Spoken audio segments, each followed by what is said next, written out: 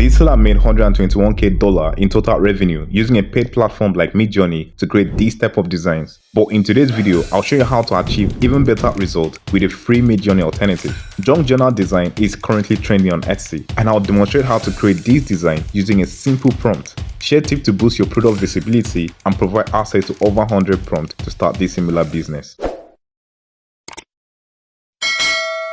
I came across this store that had generated 27K in total sales with only 190 listings on Etsy. This store sells a unique type of junk journal design with this cool looking royal theme. And according to this paid tool called Alura, this store makes about $7K in monthly revenue and has made over $100K in total revenue in a short period selling these designs, which is pretty intriguing because I've not found any other stores on Etsy that offer this style of junk journal design, which explains why this store bags a lot of sales. While going through their listings, I found this potential junk journal design featuring a regal cart, and is currently added to 14 people's carts. And by looking at the reviews, I can confirm that these products continue to generate a lot of daily sales and significant total revenue.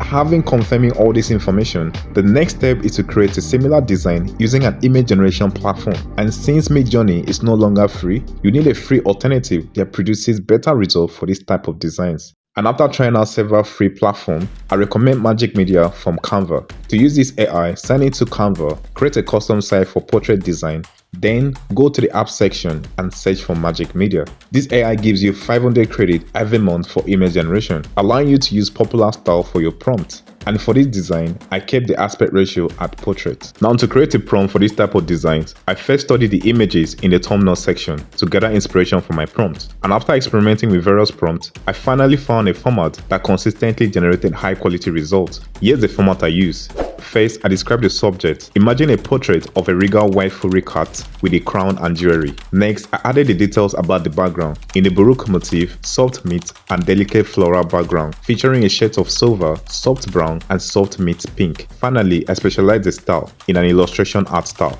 Using this format, I was able to achieve these additional results.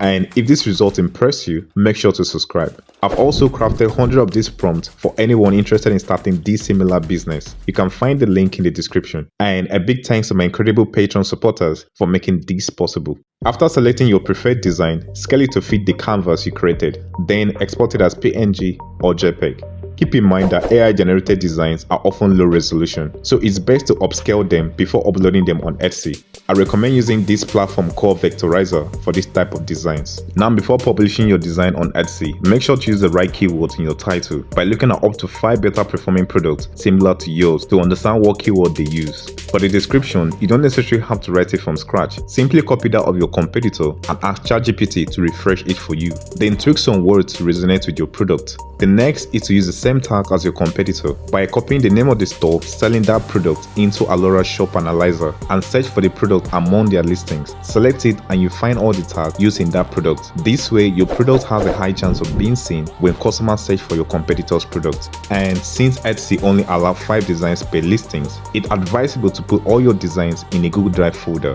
and use that link to create a PDF page with a clickable download button. This is what you upload into Etsy, and when customers click on that link, it will take them to the folder containing these designs. And I've added a link in the description about this in full details. Finally, I hope this information convinced you to start a digital product business today. Thanks for watching, like and subscribe, and I'll catch you on the next one.